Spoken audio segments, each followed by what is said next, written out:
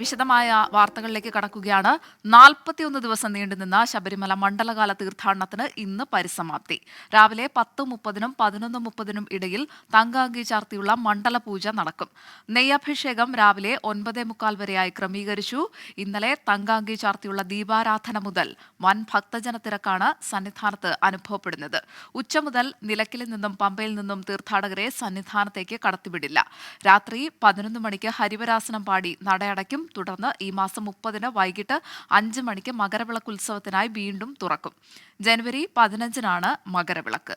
സന്നിധാനത്ത് നിന്ന് വാർത്തയുടെ വിശദാംശങ്ങളുമായി രാഹുൽ സുരേഷ് ചേരുകയാണ്. രാഹുൽ, ഇന്നാണ് മണ്ഡലപൂജ. സന്നിധാനത്തെ തിരക്ക് ഏത് രീതിയിലാണ്? തിരക്കൊക്കെ നിയന്ത്രിക്കാൻ പോലീസ് ക്രമീകരണങ്ങൾ എല്ലാം സജ്ജമാക്കിയിട്ടുണ്ടോ?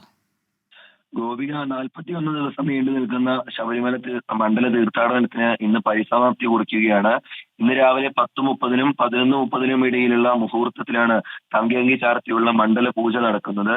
തങ്കയങ്കി ഘോഷയാത്ര ഇന്നലെയാണ് സന്നിധാനത്തെത്തിയത്. തുടർന്ന് ദീപാരാധന ഉൾപ്പെടെയുള്ള ചടങ്ങുകൾ നടന്നിരുന്നു.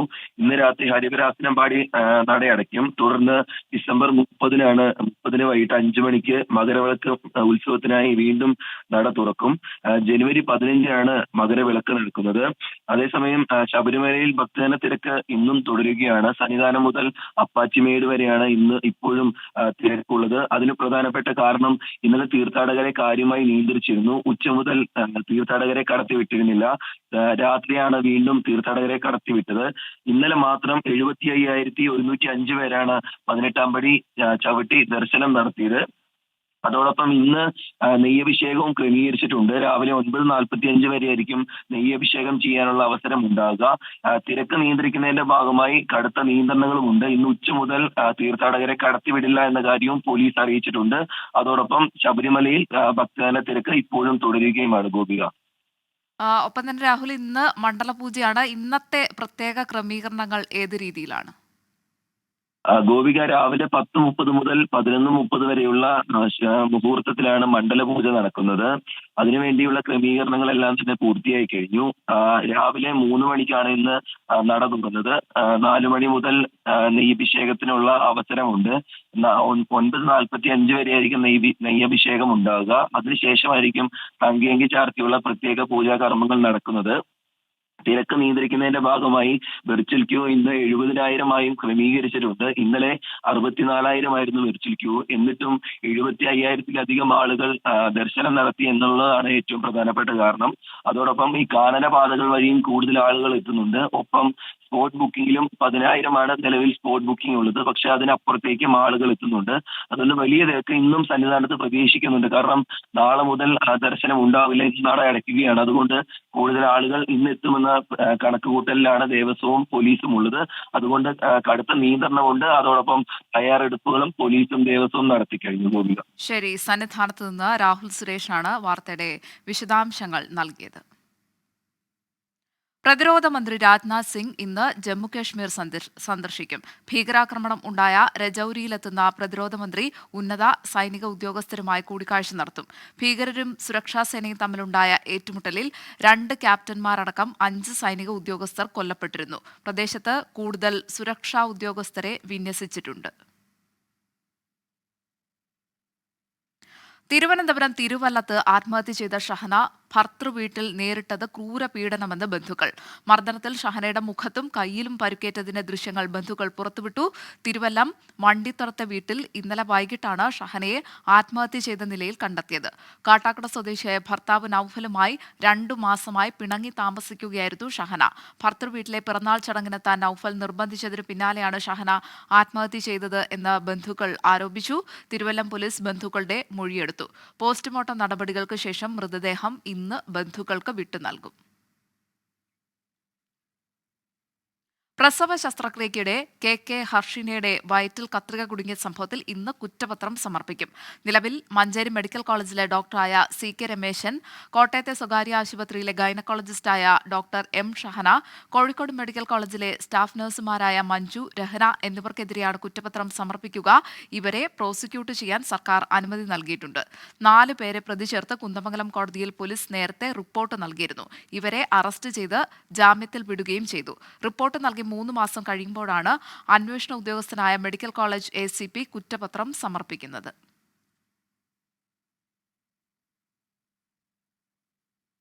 തിരുവനന്തപുരം തിരുപുറം ഗ്രാമപഞ്ചായത്തിൽ താൽക്കാലിക പാലം തകർന്നുണ്ടായ അപകടത്തിൽ തദ്ദേശ സ്വയംഭരണ വകുപ്പ് അന്വേഷണം ആരംഭിച്ചു. പഞ്ചായത്ത് ഓഫീസിലെത്തി ജീവനക്കാരുടെ മൊഴിയെടുത്തു.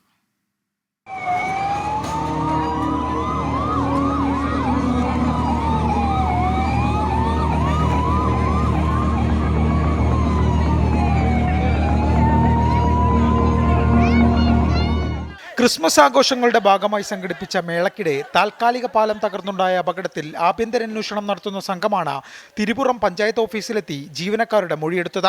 പരിപാടിയുടെ നടത്തിപ്പുമായി ബന്ധപ്പെട്ട ക്രമീകരണങ്ങളെക്കുറിച്ചാണ് വിവരശേഖരണം നടത്തിയത്. പഞ്ചായത്ത് സെക്രട്ടറിയും പ്രസിഡന്റും ഓഫീസിൽ ഇല്ലാതിരുന്നതിനാൽ ഇവരുടെ മൊഴി പിന്നീട് രേഖപ്പെടുത്തും. അന്വേഷണം നടത്തി വിശദമായ റിപ്പോർട്ട് സമർപ്പിക്കാനാണ് തീരുമാനം. അപകടത്തിന്റെ പശ്ചാത്തലത്തിൽ പ്രാദേശിക തലത്തിൽ പരിപാടികൾ സംഘടിപ്പിക്കുമ്പോൾ പാലിക്കേണ്ട ചട്ടങ്ങൾ കൂടുതൽ കർശനമാക്കാനാണ് സർക്കാർ തീരുമാനം. ഇതിന്റെ ഭാഗമായാണ് തിരുപുറത്തുണ്ടായ അപകടത്തെക്കുറിച്ച് വകുപ്പ് വിശദമായ അന്വേഷണം നടത്താൻ തീരുമാനിച്ചത്. അതേസമയം അപകടവുമായി ബന്ധപ്പെട്ട പോലീസ് എടുത്ത കേസിൽ അന്വേഷണം പുരോഗമിക്കുകയാണ്. പഞ്ചായത്ത് പ്രസിഡന്റ് ഉൾപ്പെടെയുള്ളവരുടെ വിശദമായ മൊഴി രേഖപ്പെടുത്തിയ ശേഷം കേസിൽ പ്രതി ചേർക്കാനാണ് പോലീസ് തീരുമാനം. A V Jayashankar, 24, Thiruvananthapuram. കേന്ദ്ര സർക്കാരിനെതിരെ പ്രതിഷേധം കടുപ്പിച്ച് ഗുസ്തി താരങ്ങൾ. പുരസ്കാരങ്ങൾ തിരികെ നൽകുന്നു എന്ന ഗുസ്തി താരം വിനേഷ് ഫോഗട്ടിന്റെ തീരുമാനത്തിന് പിന്തുണയുമായി കൂടുതൽ താരങ്ങൾ വരും ദിവസങ്ങളിൽ എത്തിയേക്കും. നീതി ലഭിക്കും വരെ പിന്നോട്ടില്ല എന്ന നിലപാടിലാണ് താരങ്ങൾ. ഭരണസമിതിയെ സസ്പെൻഡ് ചെയ്ത നടപടിയിൽ കേന്ദ്ര കായിക മന്ത്രിയുമായി ഭാരവാഹികൾ ഉടൻ കൂടിക്കാഴ്ച നടത്തും. പ്രധാനമന്ത്രിയുമായി സംസാരിക്കാൻ പുതിയ അധ്യക്ഷൻ സഞ്ജയ് കുമാർ ശ്രമിച്ചുവെങ്കിലും ഇതുവരെ സമയം അനുവദിച്ചില്ല. ദേശീയ ഗുസ്തി ഫെഡറേഷന്റെ താൽക്കാലിക നടത്തിപ്പിനായി ഇന്ന് അഡ്ഹോക് കമ്മിറ്റി രൂപീകരിച്ചേക്കും. സംസ്ഥാന സെക്രട്ടറിയായി ബിനോയ് വിശ്വത്തെ തെരഞ്ഞെടുത്തതിൽ ഒരു വിഭാഗത്തിന് അതൃപ്തി നിലനിൽക്കെ CPI സംസ്ഥാന നേതൃയോഗങ്ങൾ ഇന്ന് ആരംഭിക്കും. ഇന്ന് എക്സിക്യൂട്ടീവും നാളെ സംസ്ഥാന കൌൺസിലുമാണ് നടക്കുന്നത്. കീഴ്വഴക്കം ലംഘിച്ചാണ് ബിനോയ് വിശ്വത്തിന്റെ നിയമനമെന്നും തിരക്കിട്ട് പാർട്ടി സെക്രട്ടറിയെ പ്രഖ്യാപിച്ചത് എന്തിനെന്ന് എന്ന ചോദ്യവുമായി KE ഇസ്മായിൽ രംഗത്തെത്തിയിരുന്നു. സംസ്ഥാന നേതൃത്വത്തിൽ KE ഇസ്മായിൽ ഇല്ലെങ്കിലും അദ്ദേഹത്തെ അനുകൂലിക്കുന്നവർ ബിനോയ് വിശ്വത്തെ തെരഞ്ഞെടുത്തതിനെ ചോദ്യം ചെയ്തേക്കാം.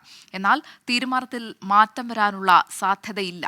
ബിനോയ് വിശ്വത്തിന്റെ നിയമനത്തെ സംസ്ഥാന നേതൃയോഗങ്ങൾ അംഗീകരിക്കും.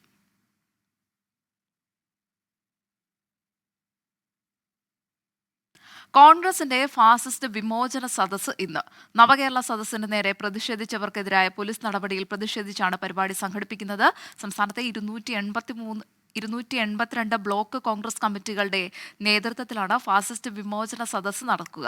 KPCC അധ്യക്ഷൻ K സുധാകരൻ, പ്രതിപക്ഷ നേതാവ് VD സതീശൻ, രമേശ് ചെന്നിത്തല, ശശി തരൂർ തുടങ്ങിയ മുതിർന്ന നേതാക്കൾ ഉൾപ്പെടെ പ്രതിഷേധത്തിന്റെ ഭാഗമാകും.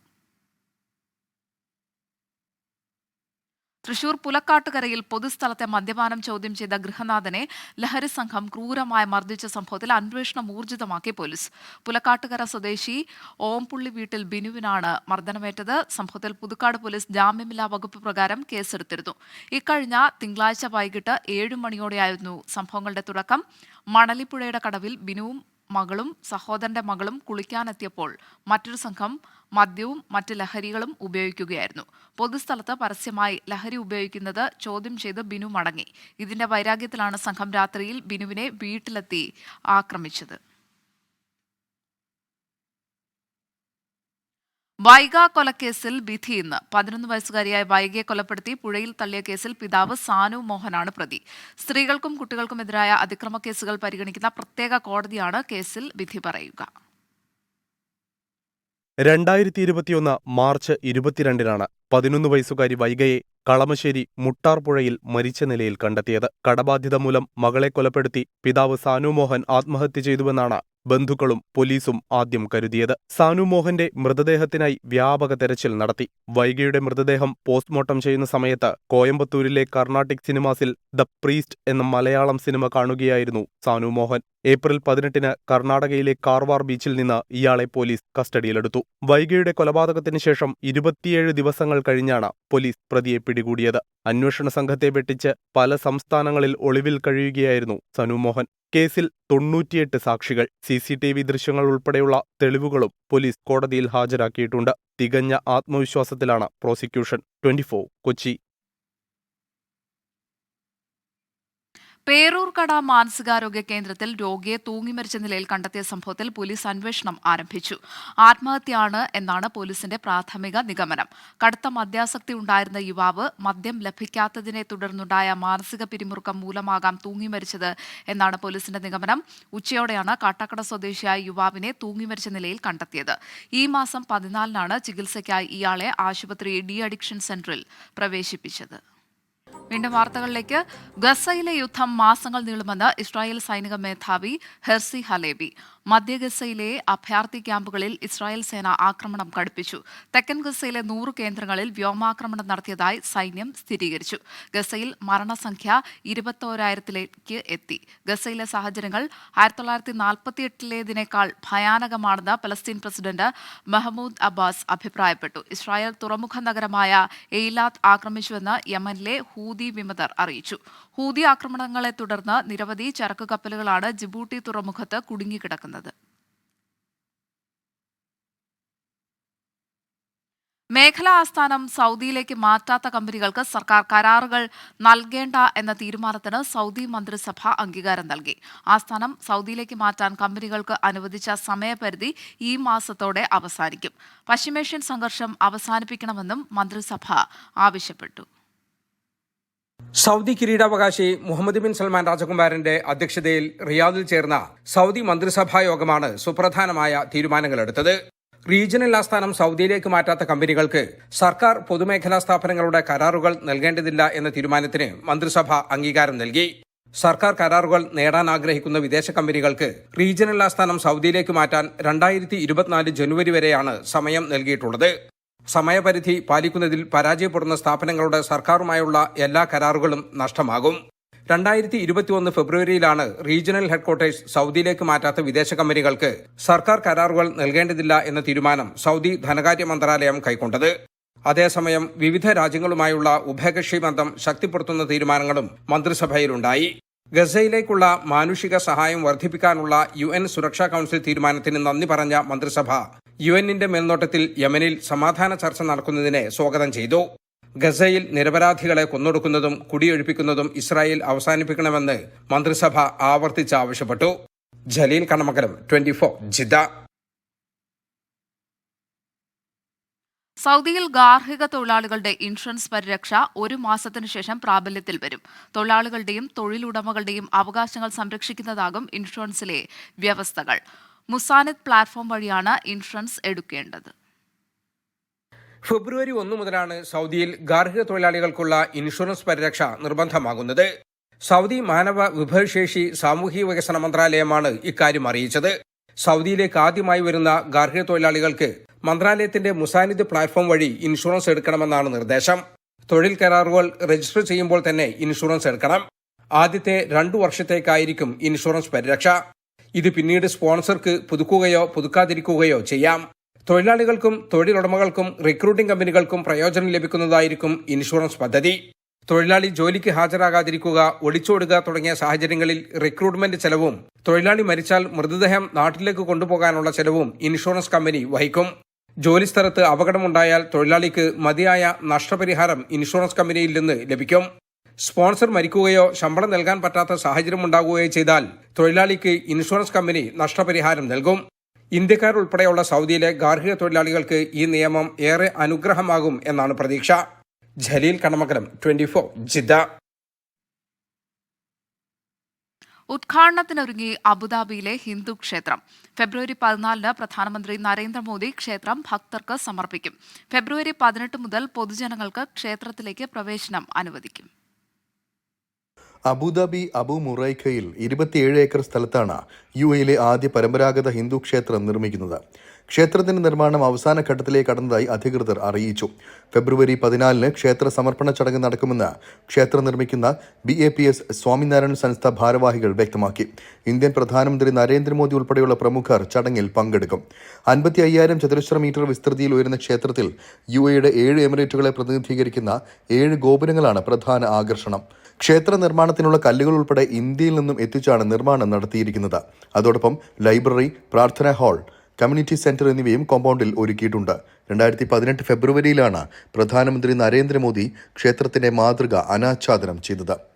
24 ദുബായ്.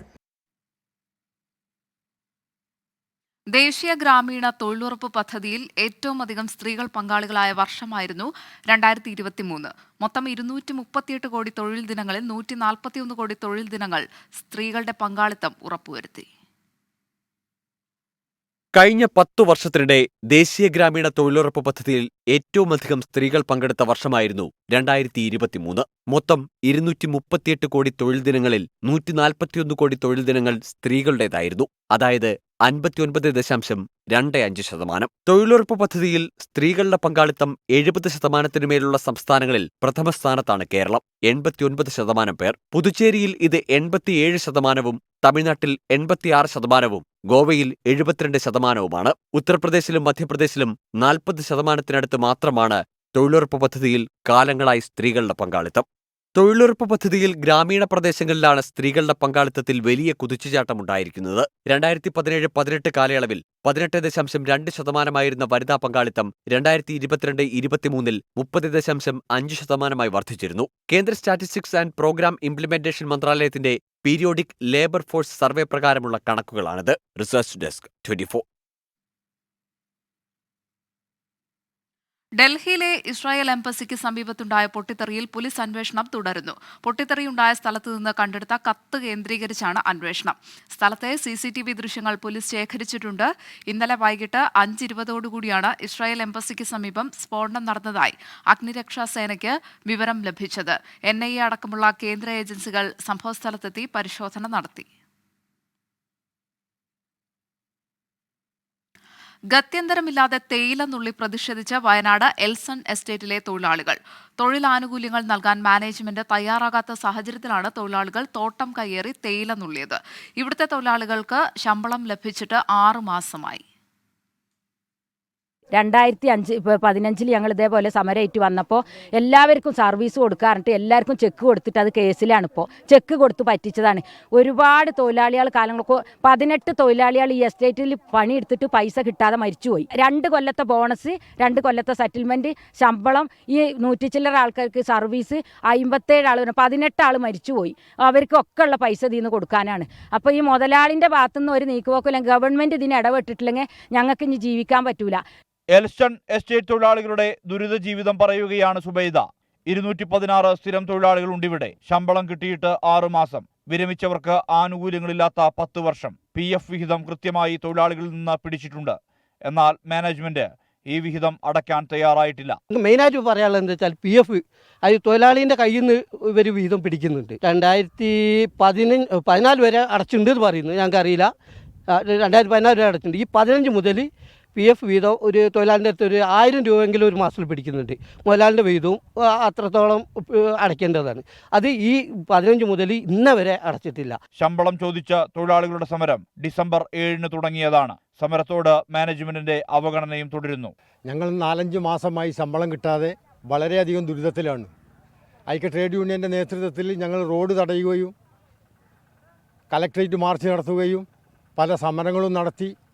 വാക്ക് മാത്രമാണ്. ഇതിന് ന്യായമായ ഒരു തീരുമാനം ഇന്നുവരെ കണ്ടെത്തിയിട്ടില്ല. മറ്റു വഴികൾ അടഞ്ഞതോടെയാണ് തോട്ടം കയ്യേറി തേയില നുള്ളാൻ തൊഴിലാളികൾ തീരുമാനിച്ചത്. ഇവിടെ സമരം തുടരും. 24 വയനാട്. ബോൺ നത്താലെ വർണ്ണാഭമാക്കാൻ ഒരുങ്ങി തൃശൂർ. ഇന്ന് ഉച്ചയ്ക്ക് ശേഷം പൂരനഗരിയെ ചുവപ്പിനഴകായി പാപ്പമാർ കീഴടക്കും. 10,000-ലേറെ പാപ്പമാർ തൃശൂർ പൗരാവലിയും അതിരൂപതയും ചേർന്ന് സംഘടിപ്പിക്കുന്ന ബോൺ നത്താലയിൽ അണിനിരക്കും.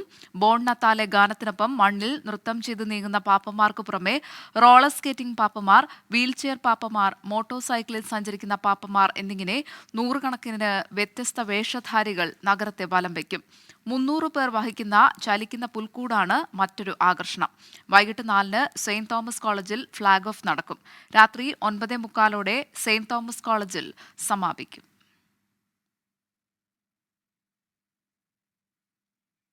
പുതുവത്സരാഘോഷ തിരക്കിലേക്ക് കടന്നിട്ടും വീർപ്പുമുട്ടുകയാണ് ഫോർട്ട് കൊച്ചി. ലക്ഷക്കണക്കിന് ആഭ്യന്തര വിദേശ വിനോദസഞ്ചാരികൾ എത്തുന്നിടത്ത് തദ്ദേശ ഭരണകൂടം ഇതുവരെ സ്ഥാപിച്ചത് വെറും 3 ശൗചാലയം മാത്രം. സഞ്ചാരികൾ കടന്നുപോകുന്ന പ്രധാന പാതകൾ പലതും തകർന്നു കിടക്കുകയാണ്.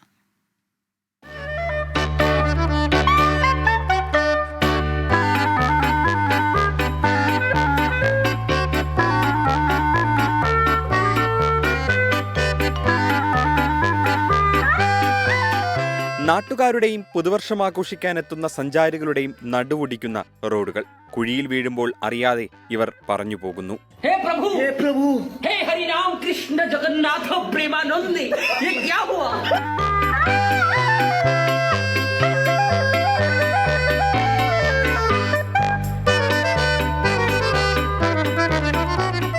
ഈ പണി തുടങ്ങിയിട്ട് ഏതാണ്ട് 1 വർഷത്തോളമായി. ഒന്നും ആയിട്ടില്ല. ഒട്ടോച്ചി റോഡ് ഇറങ്ങി കഴിഞ്ഞാൽ മട്ടാഞ്ചേരിയിലേക്ക് പോകാനുള്ള ഏറ്റവും എളുപ്പമായ മാർഗ്ഗമാണ് ഈ റോഡാണ്. ഈ ടൂറിസം ഈ ജനുവരി ന്യൂ ഇയർ ഒക്കെ ആയിട്ട് ഇത്ര ഗതികെട്ട് കിടക്കണം. രോഷത്തിന് കാരണം വേറെയുമുണ്ട്. മുഖ്യമന്ത്രിയും മന്ത്രിമാരും നവകേരള സദസ്സിനായി ഫോർട്ട് കൊച്ചിയിലെത്തിയപ്പോൾ ഉച്ചഭക്ഷണം കഴിച്ചത് ഈ ആഡംബര ഹോട്ടലിലാണ്. അതുകൊണ്ട് മാത്രം അതിന് മുന്നിൽ വരെ മാത്രം ഈ ഇന്റർലോക്ക് ഇട്ട് ഇവിടെ ഭംഗിയാക്കിയിട്ടുണ്ട്. ബാക്കി ഭാഗം ഇപ്പോഴും പൊട്ടിപ്പൊളിഞ്ഞ് തകർന്നു കിടക്കുകയാണ്. അതാണ് കാര്യം. മുഖ്യമന്ത്രിയും സംഘവും വന്നപ്പോൾ പേരിന് കുറച്ച് സ്ഥലങ്ങളിൽ പണി നടത്തിയൊപ്പിച്ചു. സാന്റോ ഗോപാലൻ റോഡടക്കം ഇപ്പോഴും തകർന്നു തന്നെ. കാർണിവലിന് കഴിഞ്ഞ കൊല്ലം എത്തിയത് 5 ലക്ഷത്തിനടുത്തു ആളുകൾ. ഇക്കൊല്ലവും പ്രതീക്ഷിക്കുന്നത് അത്ര തന്നെ. പക്ഷേ എത്തുന്ന സഞ്ചാരികൾക്ക് ഒന്ന് മൂത്രമൊഴിക്കാൻ തോന്നിയാൽ വലഞ്ഞതു തന്നെ. ബസ് സ്റ്റാൻഡിലും പരേഡ് ഗ്രൗണ്ടിനടുത്തും ഹെറിറ്റേജ് ഓഫീസിലുമാണ് ആകെയുള്ള 3 മൂത്രപ്പുരകൾ. റോഡുകളും കല്ലുത്തി റോഡാണെങ്കിലും നമ്മുടെ ജങ്കാർ ജെറ്റിയുടെ സ്ഥലമാണെങ്കിലും സ്ട്രീറ്റ് ലൈറ്റിംഗ് ആണെങ്കിലും ഇതൊക്കെ ബ്ലാങ്കിൽ കിടക്കണേ. പ്രത്യേകിച്ച് സ്മാർട്ട് സിറ്റിയാണ് ഇത് ചെയ്യേണ്ട ആളുകൾ. അവരെല്ലാം ചെയ്യാമെന്ന് കലക്ടറുടെ മീറ്റിങ്ങിലൊക്കെ സമ്മതിച്ചിട്ട് പോയിട്ടുള്ളതാണ്. പക്ഷെ ഇനിയിപ്പോൾ നമുക്ക് ഈ 4 ദിവസം കൊണ്ട് അത് ചെയ്യാൻ സാധിക്കുമെന്ന് എനിക്ക് ഒട്ടും വിശ്വാസമില്ല. പരേഡ് ഗ്രൗണ്ടിന് ചുറ്റുമുള്ള ഈ സംരക്ഷണ വേലി കാരണമാണ് കഴിഞ്ഞ തവണ വലിയ ആൾക്കൂട്ടം തിക്കിത്തിരക്കി ദുരന്ത സമാനമായ സാഹചര്യമുണ്ടായത്. ഇത്തവണ ഇത് പൊളിച്ചു നീക്കി കൂടുതൽ ആളുകളെ ഉൾക്കൊള്ളിക്കുമെന്ന് പ്രഖ്യാപിച്ചെങ്കിലും അത് ഇതുവരെ നടപ്പിലായില്ല. അത് മാത്രമല്ല, 60 മൂത്രപ്പുരകളും റോഡ് നവീകരണവും സൗന്ദര്യവൽക്കരണവും അടക്കം വലിയ വാഗ്ദാനമാണ് കാർണിവലിന് മുമ്പ് കൊച്ചി കോർപ്പറേഷനും പ്രാദേശിക ഭരണകൂടവും പ്രഖ്യാപിച്ചിരുന്നത്. ഒന്നും എങ്ങുമെത്തിയില്ല.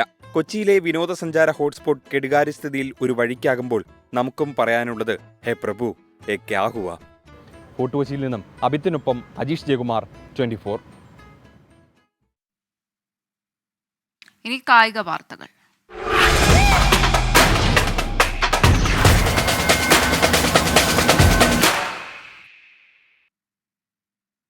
ISLൽ വിജയക്കുതിപ്പ് തുടരാൻ കേരള ബ്ലാസ്റ്റേഴ്സ് ഇന്നിറങ്ങും. ശക്തരായ മോഹൻ ബഗാൻ സൂപ്പർ ജയന്റാണ് എതിരാളികൾ. രാത്രി 8-ന് കൊൽക്കത്തയിലെ സാൾട്ട് ലേക്ക് സ്റ്റേഡിയത്തിലാണ് മത്സരം. ISLൽ ബഗാനെതിരെ ആദ്യ ജയമാണ് ബ്ലാസ്റ്റേഴ്സിന്റെ ലക്ഷ്യം.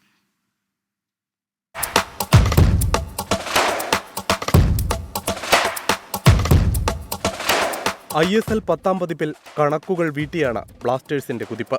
എതിരാളികൾക്ക് കൃത്യമായ മറുപടി നൽകുന്ന ശൈലി. എന്നാൽ മോഹൻ ബഗാനെതിരെ ഇറങ്ങുമ്പോൾ ചെറുതല്ലാത്ത ആശങ്കകളുണ്ട്. ഇതുവരെ 6 തവണ നേർക്കുനേർ വന്നിട്ടുണ്ടെങ്കിലും മോഹൻ ബഗാനെതിരെ ബ്ലാസ്റ്റേഴ്സിന് ജയം അന്യമാണ്. ഇത്തവണ മത്സരം സ്വന്തം തട്ടകത്തിലാണെന്നതിന്റെ മുൻതൂക്കവും ബഗാനുണ്ട്.